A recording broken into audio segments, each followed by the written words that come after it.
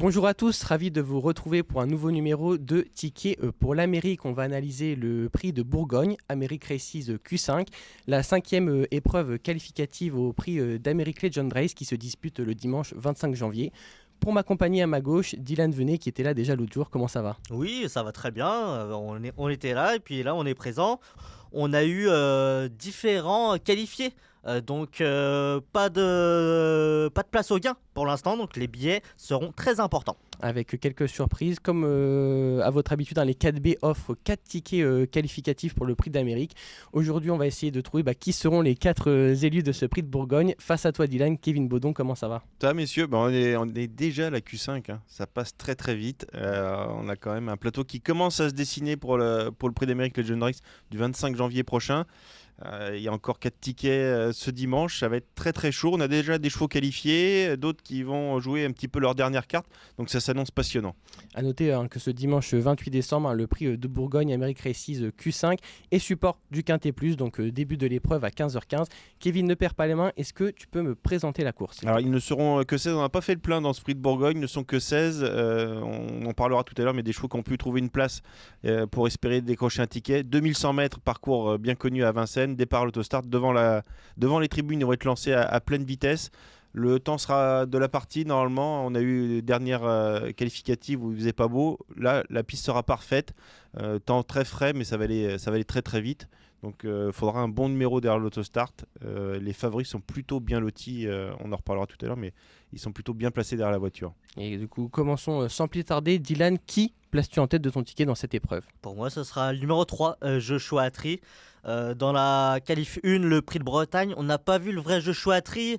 Il était à l'ouvrage dès la montée, ce n'était pas le vrai. Et pourtant, il a serré les dents, il a obtenu sa qualif, il a terminé deuxième. Dans la rubrique de Paris Turf, Jean-Michel Bazir a déclaré qu'il a été soigné à un genou. Il a hérité d'un bon numéro et il est invaincu sur le parcours. Et puis il a déjà gagné un groupe 1 sur ce parcours, le Critérium Continental. Joshua Tree, j'espère qu'on va voir son vrai visage. Et si on ne voit pas son vrai visage, à mon avis, ça sera difficile d'envisager la victoire le dernier dimanche de janvier. Et comme Dylan l'a dit, 2 courses sur ce parcours, 2 victoires. Et l'entourage également, Nicolas Bazir nous a fait l'honneur de nous répondre à quelques questions. Il est très chaud sur la candidature de Joshua Tree justement, qui cite un de ses 2 objectifs de l'hiver avec le prix d'Amérique Legend Race. On l'écoute tout de suite. Ouais, tout va bien. Ce qui était bien, c'était qu'il était qualifié de bonne heure. Après cette course-là, un mois après, le prix d'Amérique dans un mois, c'est ce qu'il faut pour lui. Et donc de ce point de vue-là, tout va bien. La confiance est de mise dans le clan de Jean-Michel Bazir. Il défait des postérieurs, bon numéro. Il peut gagner. Et de ton côté, du coup, Kevin, est-ce que tu places Joshua Tree en tête ? Non, je ne le place pas en tête, mais c'est une des priorités. Et de coutume, on dit souvent que ce prix de Bourgogne, on est à 1 mois, 4 semaines du prix d'Amérique. Donc c'est là où il faut un petit peu envoyer, comme on dit dans le jargon, pour bien affûter ses représentants. On fait tout de suite un petit peu plus calme ensuite dans le prix de Belgique. Mais là, il faut faire une vraie course. À 1 mois, c'est vraiment le bon timing pour faire une vraie course. Et là, ce parcours des 2100 avec beaucoup de vitesse, c'est vraiment parfait. Le numéro est bon pour Joshua Tree. Dylan l'a dit, il fait bien ce parcours, mais il sait tout faire. Et la qualif qu'il a eu dans la Q1, son ticket, ça a vraiment changé son meeting. On aurait pu avoir quelque chose de plus compliqué et finalement, ça a été la sérénité du côté de Joshua Tree. Même s'il n'a pas été étincelant dans la Q1, il a décroché son ticket et l'entourage a pu préparer au mieux l'objectif de fin janvier. Donc ça a changé beaucoup de choses. Ce système de tickets est vraiment un gros paramètre. Et souvent ça peut mal se goupiller et là pour l'instant pour Joshua Tree ça se met plutôt bien. Là, c'est vrai que comme tu l'as dit, on a eu quelques surprises, notamment la dernière fois beaucoup de surprises sur la Q1, Q2 et même dans les Q3, Q4 on a eu pas mal de surprises, donc c'est pour ça que rien n'est joué, hein. Il faut vraiment aller chercher son ticket et là ça va être la guerre, hein, entre guillemets. Pour rebondir sur tes propos, il y en a un qui n'est pas encore qualifié, qui n'a pas encore obtenu son ticket, c'est Gone Boy qui était deuxième l'an passé de ce prix de Bourgogne. Est-ce que vous l'avez placé assez haut dans votre ticket parce qu'il fait quand même partie des protagonistes de l'épreuve ? Alors c'est un petit X entre guillemets, on sait que c'est un champion. Il a connu une absence, il a fait sa rentrée à Mons, alors c'est évidemment pas le même niveau. Il a été plutôt rassurant, là il revient dans le grand bain sur un parcours qui lui plaît. Il a gagné la Speed Race au mois de février, le numéro est parfait. Alors lui aussi a besoin d'un ticket entre guillemets. Alors si on se réfère aux propos de Jean-Michel Bazir et Lisa Josselin qui ne devrait pas participer au Prix d'Amérique, on met évidemment des guillemets, lui, Go Boy pourrait rentrer au gain finalement. Donc un tout petit peu de pression en moins pour Romain Dorieux, mais il va quand même viser la qualif pour assurer. Et moi, je pense qu'il va lutter pour la victoire. Oui, c'est la logique. On est à un mois du Prix d'Amérique Legend Race. Faut ouvrir les poumons, comme on dit dans le jargon. Et l'an passé, il avait terminé deuxième de ce Prix de Bourgogne, la qualif 5. Derrière Idaho Thiar, qui est le grand absent de ce meeting d'hiver. Il court très bien sur sa fraîcheur. Je l'ai trouvé très pimpant au hit à Mons. Très bien physiquement, très bien dans sa tête. Bien sûr, il a hérité d'un superbe numéro, même si ce n'est pas le plus grand débouleur, ce Go Boy, mais normalement, il devrait être dans le coup.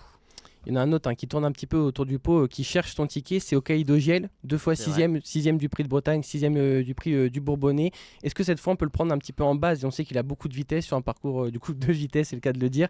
Est-ce qu'on le prend en base? Je te réponds par l'affirmatif, mon cher Hugo. Ce Hokkaido Giel, c'est un superbe cheval, il possède vraiment une pointe de vitesse dévastatrice. Comme tu l'as dit, il a échoué 2 fois au port du Quintet, 2 fois 6e dans les qualifs, mais après une longue absence, il a désormais plusieurs parcours dans les jambes. Et les 2100 mètres, il adore ça. Il adore ce parcours. Il avait gagné son groupe 1, le René Ballière, ce Hokkaido Giel. Va falloir avoir un bon déroulement de course, être le plus longtemps masqué. Mais quand il met le nez à la fenêtre, il va très très vite. Là, il y aura plus de pression pour l'entourage de Hokkaido Giel. Comme l'a dit Dylan, deux fois battu, pas de ticket. Et là, on se rapproche. C'est l'avant-dernière course qualificative. Il y aura encore le Prix de Belgique, la Q6. Mais là, c'est quand même une très très belle occasion. Le numéro est plutôt correct. Le numéro 5, c'est bien pour lui. Pas trop à l'intérieur parce qu'il pourrait se retrouver enfermé, ni à l'extérieur. C'est parfait.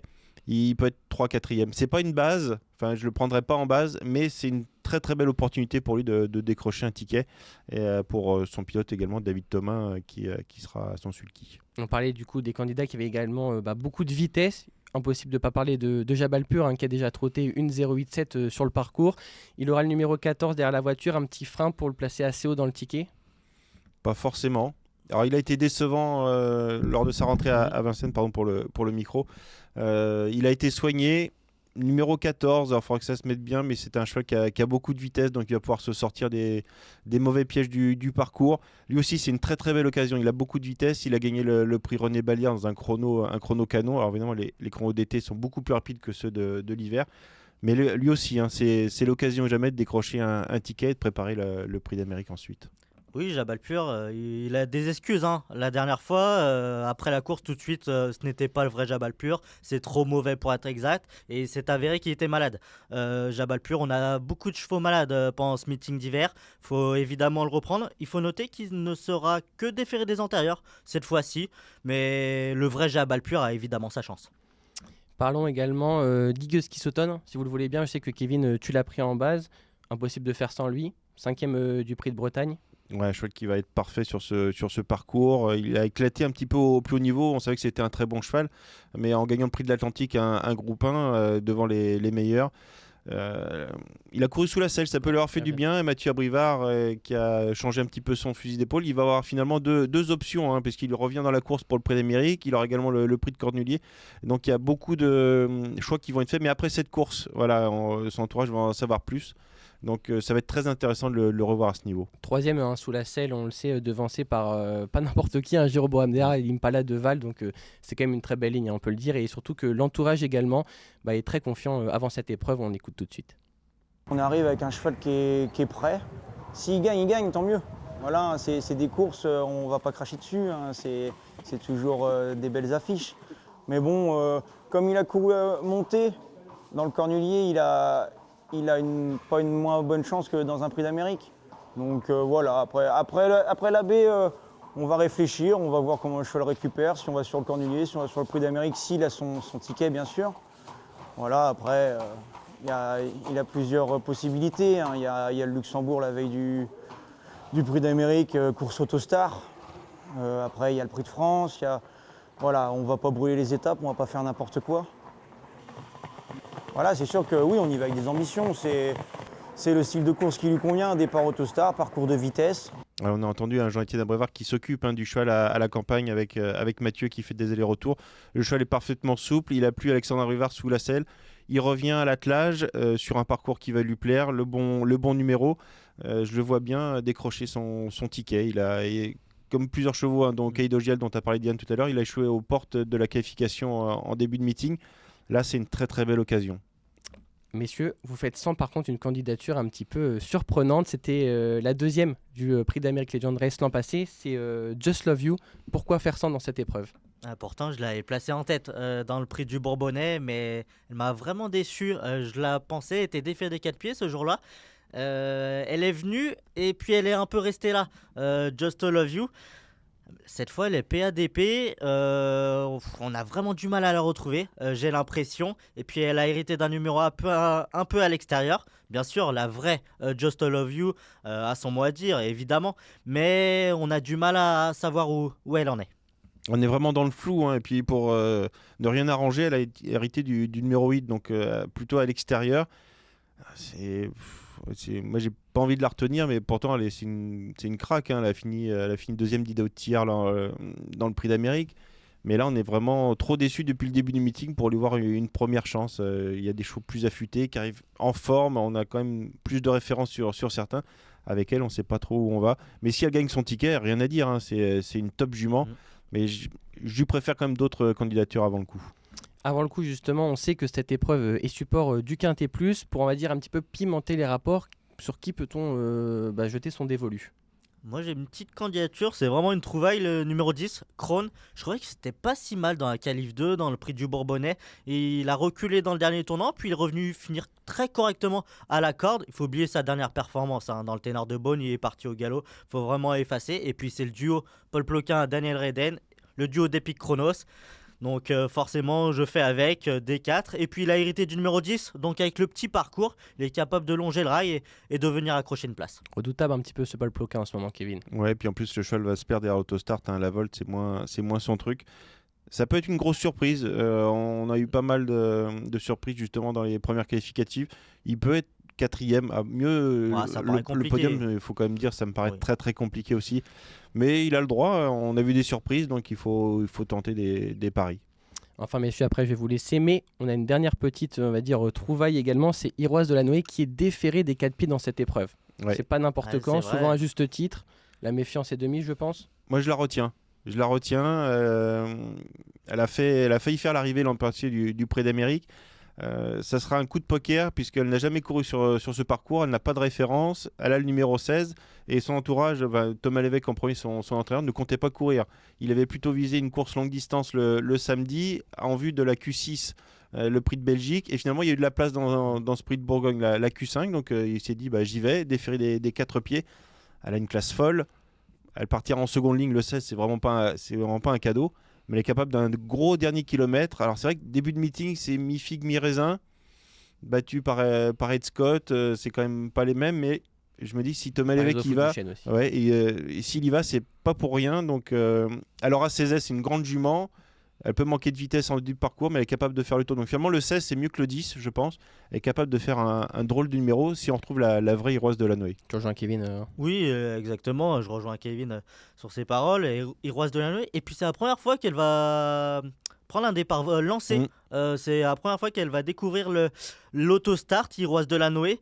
Et bien sûr, comme l'a très bien dit Kevin, elle aurait fait l'Amérique. Elle aurait fait l'arrivée. Du Prix d'Amérique sans sa faute. Mais Iroise de la Noé, c'est vrai, c'est un peu mi-figue, mi-raisin depuis le début du meeting, mais déféré des 4 pieds cette fois-ci. Et le numéro à l'extérieur, je pense que c'est pas plus mal pour elle. Il faut de la tenue. Hein. Et aussi, donc, sur les 2100 mètres de la grande piste, je pense qu'elle est capable de faire l'arrivée. Après, la victoire, ça paraît quand même compliqué avant le coup. On a des Joshua Tree, des Gohan Boy, mais une place, même la qualif, est jouable. Messieurs, on a un petit peu passé en revue toutes les candidatures. C'est un petit peu l'heure du ticket maintenant. Dylan, je te laisse la main. Que faisons-nous dans cette épreuve ? J'ai un peu élargi mes jeux parce que j'ai fait un 4 base avec 5 associés. En tête, vous l'avez compris, mon favori c'est Joshua Tree. Je pense qu'on va voir le vrai Joshua Tree ce dimanche. Ensuite, le 2 Gone Boy, c'est une priorité. Normalement, il sera ici, même si je pense qu'il ne sera pas encore à 100%. Le 7, on n'en a pas parlé, Inma Rosa. Elle a vraiment gagné comme une lionne. Je trouve le prix du Bourbonnais, la qualif 2, elle a fait 800 mètres toute seule. Et puis elle possède également de la vitesse. Elle a terminé deuxième du prix de France, le 5 au Kaido Giel. Je pense qu'il est capable de se qualifier cette fois-ci sur un parcours qui lui convient parfaitement. Et ensuite, mes associés, le 4, Ugiski Sauton qui adore la vitesse. Le 9, Josh Power, qui vient d'entretenir sa condition physique dans la qualif 2. Et je trouve que c'était pas si mal dans cette qualif. Donc je le retiens, même s'il aura le numéro 9. Le 10, Krone, c'est un petit peu ma petite trouvaille, la petite surprise. Le 14, Jabal Pur, qui adore la vitesse. Et le 16, Iroise de la Noé, même si elle a hérité d'un numéro tout à l'extérieur, je trouve qu'elle est capable quand même d'accrocher une place. 4 bases, 5 associés pour Dylan. De ton côté, Kevin? Je me rapproche un petit peu de la formule de Lyon. J'en ai pris que 3 des bases. En tentant un petit peu entre guillemets des cotes, hein. Je mets Juchatry dans les associés. Je mets Gone Boy en tête. Il faut qu'il montre que c'est lui le patron désormais, parce qu'il n'y a pas eu de tir cet hiver, donc c'est un petit peu le cheval d'âge de classe. Il a le bon numéro, Gone Boy, je le vois faire une rentrée victorieuse. Je tente Jabal Pur sur ce qu'il a fait cet été et au printemps. C'est une première chance, donc je pense qu'il peut se racheter, 2-14. Et en troisième base, je mets Guski Sauton, lui aussi a beaucoup de vitesse. Son pilote Mathieu Abrivard va être ambitieux, donc je le vois bien prendre son ticket. Et je mets 3 bases et derrière Juchatry, évidemment, on est obligé de faire avec Juchatry. Le numéro 5, Hokkaido Giel, qui est capable de très bien finir. Je mets le numéro 7, Inma Rosa. C'est vrai qu'elle n'a pas volé son ticket dans la Q2, elle a été sublime. Josh Power, pareil, qui avait gagné la première qualificative. Le numéro 9, mais il faut faire course à un mois du Prix d'Amérique. Et puis je rajoute Iroise de la Noé, qui est capable de faire un super dernier kilomètre. Donc 2, 14, 3 en base et derrière 3, 5, 7, 9 et 16. Merci messieurs. Avec évidemment quelques regrets, on peut avoir des surprises. Toujours des Il regrets. n'y a pas beaucoup de chevaux à éliminer. On n'a pas parlé de Bruce Victory Et qui Moji sera ferré, mais qui est un cheval de grande classe qui a déjà son ticket. Djangovic, même si c'est pas son parcours, pourrait faire une grosse surprise. Donc on peut avoir des grosses cotes à l'arrivée. Et comme j'aime le foot aussi, déjà qualifié. Déjà qualifié. Merci messieurs pour vos tickets. N'oubliez pas, début de l'épreuve ce dimanche 28 décembre 15h15. Rendez-vous sur les hippodromes, notamment à Paris-Vincennes. Beaucoup d'activités sont au programme. Un superbe week-end de course et de sport. Merci Dylan. Merci Hugo, merci Kevin. Merci Kevin. Et à bientôt pour la Q6. Et à bientôt. Et on fera le débrief de cette Q5. Et on fera le débrief de cette Q5 rapidement. Merci à tous. Bon week-end et bon jeu à tous. Ciao ciao.